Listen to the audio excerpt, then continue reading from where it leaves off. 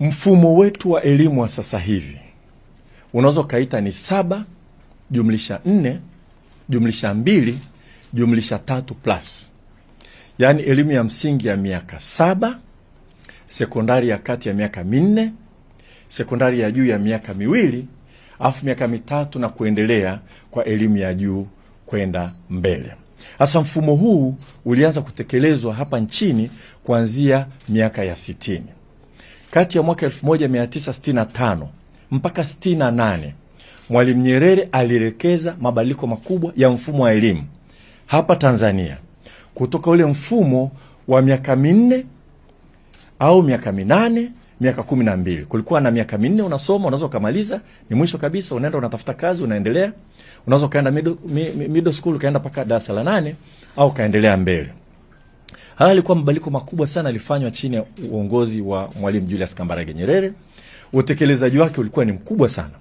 Kwa maana hiyo ulitekelezwa kwa awamu, mkoa mmoja hadi mwingine, kuanzia mwaka 65 ukaendelea kubadilishwa mpaka 68. Wengi wenu hapa mmekuja kusoma wakati elimu ya msingi ikiwa ni miaka 7. Kwa maana hiyo wakati wa mageuzi haya kulikuwa na wakati wale walioko darasa la 8 na darasa la 7 kwa pamoja wanafanya mtihani mmoja wa kumaliza elimu yao. Kwa hiyo huu ni mfumo ambao tuliurithi kutoka kwa Mwalimu Nyerere, umedumu mpaka sasa hivi.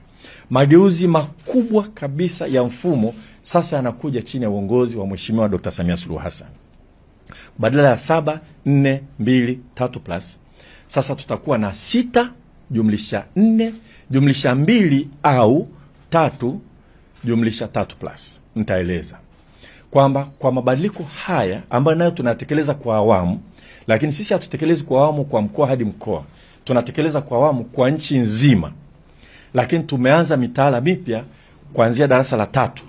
Hawa walioko darasa la 3 2027 watakuwa wanamaliza darasa, watafika darasa la 6. Kwa mfumo huu wa sasa hivi shule ya msingi itakuwa ni miaka 6.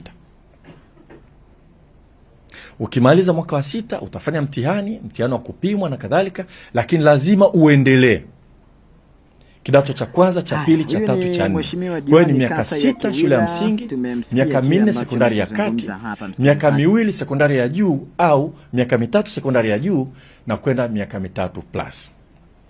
Kwa miaka 6 ukimaliza shule ya msingi lazima kwa sheria utasoma mpaka kidato cha 4.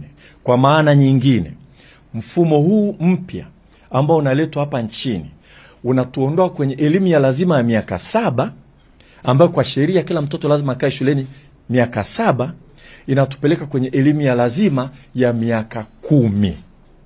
Kwamba utakapoanza darasa la kwanza utaenda mpaka kidato cha 4. Utekelezaji wake utaanza rasmi mwaka 2028. Maelezo mengine tutatafuta siku tuongee, lakini kwa vyote vile kama ambavyo kuanzia mwaka 65 mpaka 68 walifika mahali ambapo kulikuwa na double cohort, sisi tutakuwa na wanafunzi wanahitimu shule ya msingi wakiwa darasa la 6 mwaka 2027 na wengine wanahitimu wakiwa na darasa la 7. Kwa hiyo kila shule ya msingi sasa hivi itakuwa na madarasa mawili yanahitimu kwa pamoja. Kwa sababu hao darasa la 6 walianza na mitaala mipya, walioko darasa la 7 2027 watakuwa wametumia mtaala wa zamani. Wote watakuwa na hitimu. Kutakuwa na graduation darasa la 6 wanamaliza shule ya msingi na graduation darasa la 7 wanamaliza shule ya msingi, na wote lazima waendelee kusoma mpaka kidato cha 4. Inaitwa double cohort.